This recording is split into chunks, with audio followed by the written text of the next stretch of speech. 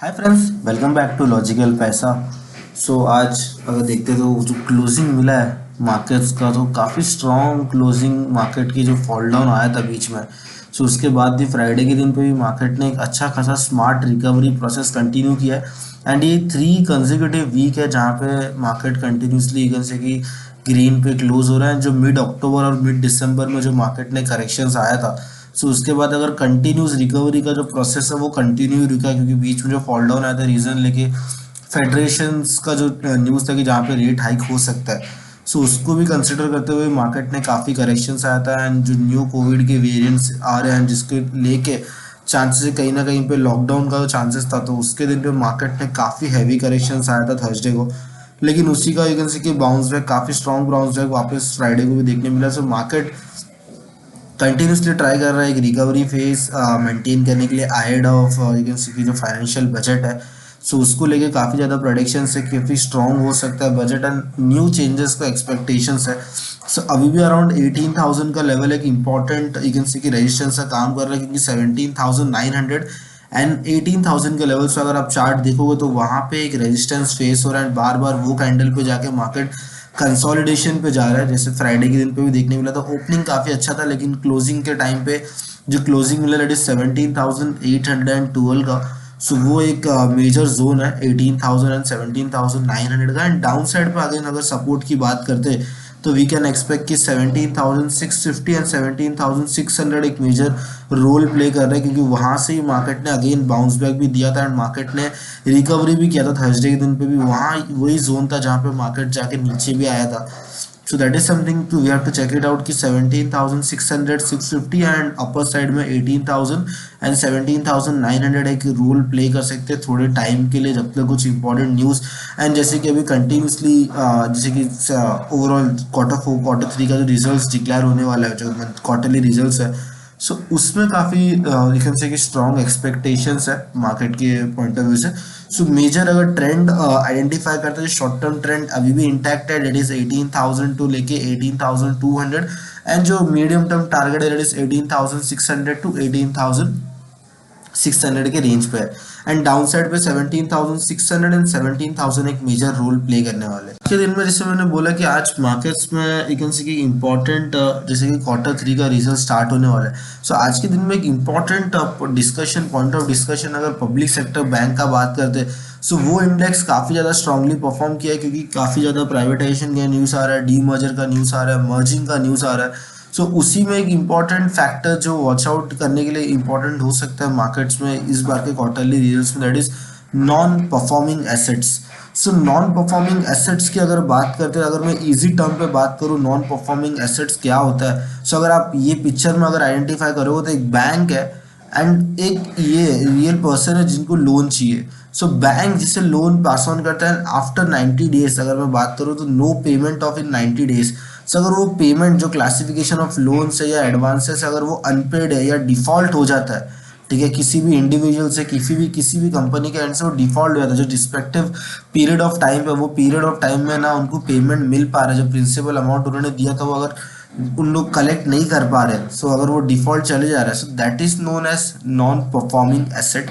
And उसमें भी अगर हम लोग बात करते तो नेट नॉन परफॉर्मिंग अगर एसेट्स की अगर बात करते, वो एक क्लियर कट पिक्चर दे सकता है कि मार्केट्स में क्या हो रहा है एंड कौन से बैंक यू कैन सी कितने का रेशियो, कितने बैंक्स का जो नॉन परफॉर्मिंग एसेट्स कितना यू कैन सी कि हेल्दी है या कितना ज़्यादा कंटिन्यूसली बढ़ते जा रहे हैं जो नॉन परफॉर्मिंग एसेट्स है।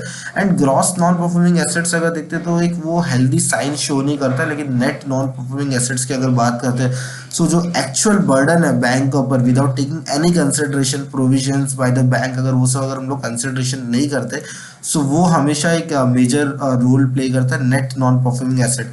साइड बाय साइड जितना लोअर अगर रेशियो होगा, उतना ही हम लोग कंसिडर कर सकते हैं कि वो बैंक का क्वालिटी काफ़ी अच्छा है, बैंक के जो एसेट्स है काफ़ी अच्छा है। क्योंकि बैंक क्या कर रहा है, अगर एग्जांपल में अगर समझो तो बैंक अगर 100 रुपीज दे रहा है एंड अगर उनका रेशियो अगर मोर देन 3%, 4%, 2% भी है, वो ओनली 20% का रिकवरी कर पा रहे हैं। अगर वही जगह पे अगर 1% का है तो इट मीन्स कि उन लोग पूरे प्योरली उन लोग रिकवर कर पा रहे हैं, 100 का 100% का उनका रिकवरी है।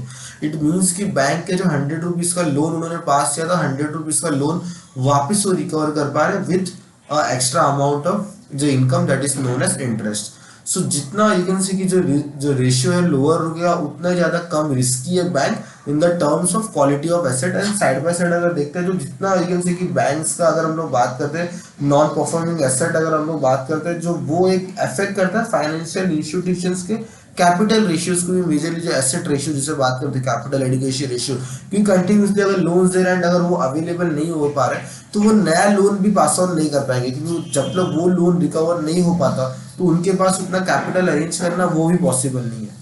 सो that is a most important point of view जहाँ पे हमें देखना पड़ेगा कि नेट नॉन परफॉर्मिंग एसेट कितने होते हैं।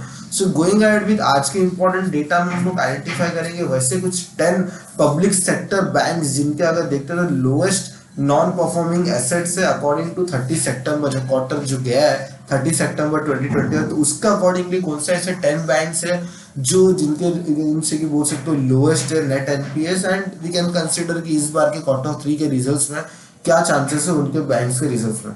So going ahead with the chart में अगर आप नोटिस करोगे तो चार्ट आपके सामने ही है।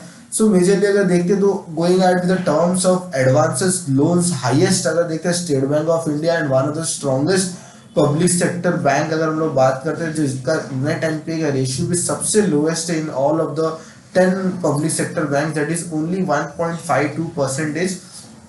And market capitalization point of view से भी अगर देखते तो 4,38,000 करोड़ का मार्केट कैपिटलाइजेशन है। एंड उसी के बाद अगर हम लोग टोटल एडवांसेस के बुक के पॉइंट ऑफ व्यू से अगर बात करते हैं लोन के हाईएस्ट के हिसाब से, so bank of Baroda and Canara bank भी मेजर रोल प्ले कर रहे हैं, लेकिन उनका अगर आप नेट एनपीए चेक करोगे सो इट इज 2.83 एंड 3.21। सो ये एक कंसर्निंग पॉइंट ऑफ व्यू है bank of Baroda and Canara bank के लिए अगर हम लोग देखते हैं। उसी के बाद बैंक ऑफ इंडिया में भी काफी ज्यादा न्यूज आया था, जिसके बाद स्टॉक में भी मूवमेंट आया था, लेकिन उनका भी अगर देखते हो तो रेशियो काफी नेगेटिव, कि हाईएस्ट साइड पर that is more than 1 to 2%, that is 2.79। सो ये भी एक नेगेटिव रोल जाने का चांसेस रुके। एंड हाईएस्ट में अगर हम लोग बात करते हैं that is central bank of India, उनका जो टोटल एडवांसेस है 1,55,000 करोड़ का एडवांसेस है, लेकिन जो उनका नेट एनपी है सो ये काफी ज्यादा कंसर्निंग पॉइंट ऑफ व्यू हो सकता है going ahead with the quarter 3 results and year ending results के साथ, that is 4.51%। And with that Punjab and Sind bank, then UCO bank, then Indian bank, वो भी एक मेजर रोल प्ले कर रहा है। एंड लोएस्ट में अगर स्टेट बैंक ऑफ इंडिया के बाद अगर देखते हो तो बैंक ऑफ महाराष्ट्र है वन साइडेड, जहां पर अगर हम लोग देखते हो तो 1.73% का उनका नेट एनपी, लेकिन अगर लोएस्ट अगर मैं बात करूं in the terms of loan book so वही है, that is bank of Maharashtra, that is only 1,10,000 crore. So ये भी एक पॉइंट ऑफ कंसर्न है कि अगर आपका अगर आपका एडवांसेस ही लो है तो डेफिनेटली आपका जो नेट एनपी है उसका अकॉर्डिंगली वो भी लो ही होगा। So that is a major point we have to look it out in the market as of now. So आप ये सब पॉइंट्स को ट्रैक कर सकते हो। एंड पब्लिक सेक्टर बैंक्स में ये क्वार्टर 3 के रिजल्ट्स के अकॉर्डिंगली आप अपने इन्वेस्टमेंट्स को कंटिन्यू कर सकते हो। Thank you all. Please like, share and subscribe and stay invested.